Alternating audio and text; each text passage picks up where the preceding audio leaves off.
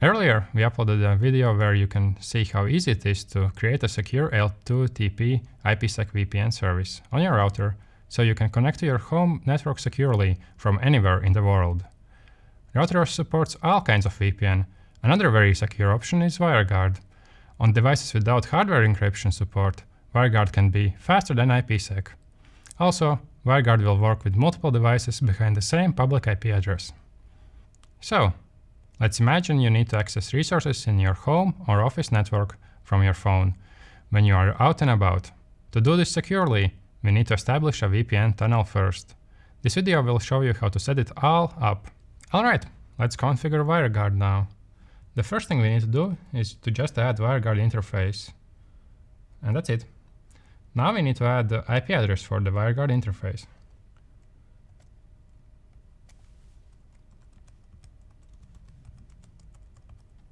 Alright, that's done. Quite simple, right? And all that's left is just to configure peer settings. We open Wireguard, peer, interface Wireguard, and it's asking us for public key. The public key is of your client device that will be connecting to this router. In my case, it's a phone, and I already got the public key from it. And for allowed address, let's configure the address of our endpoint device. Apply.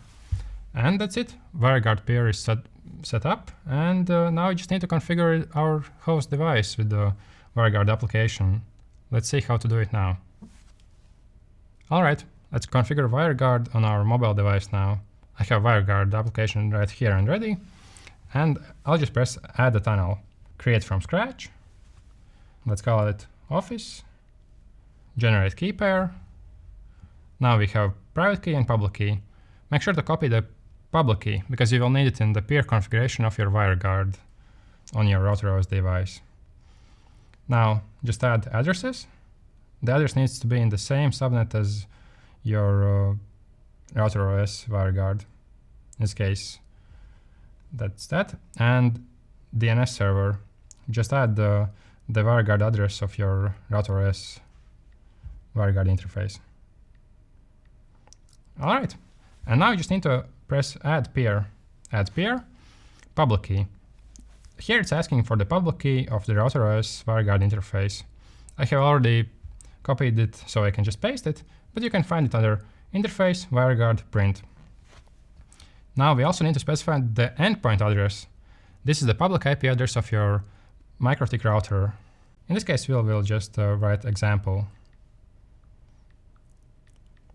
Now, be sure to add the port that your Wireguard router is using.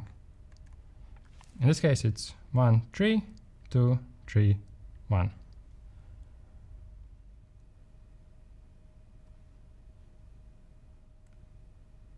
And your Wireguard configuration is ready, and press save. All right, now we have configured both MikroTik device and the client device to use Wireguard. But we still have one thing we need to consider, and that's firewall filter configuration. If you're using strict firewall, you probably need to make some adjustments. First, you need to allow Wireguard protocol to access your device. You can do it with this following command. There's a place before one here to add it before the drop rules. You can, of course, use graphical interface as well, add the rule, and place it above the drop rules yourself. So this first command was to allow Wireguard connections to your router.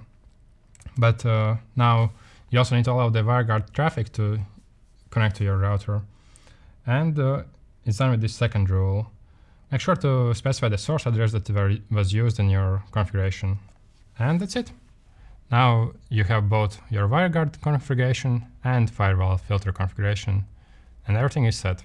Like I said, Wireguard is just one of the many ways you can secure your network. Be sure to watch our other videos and subscribe to our channel.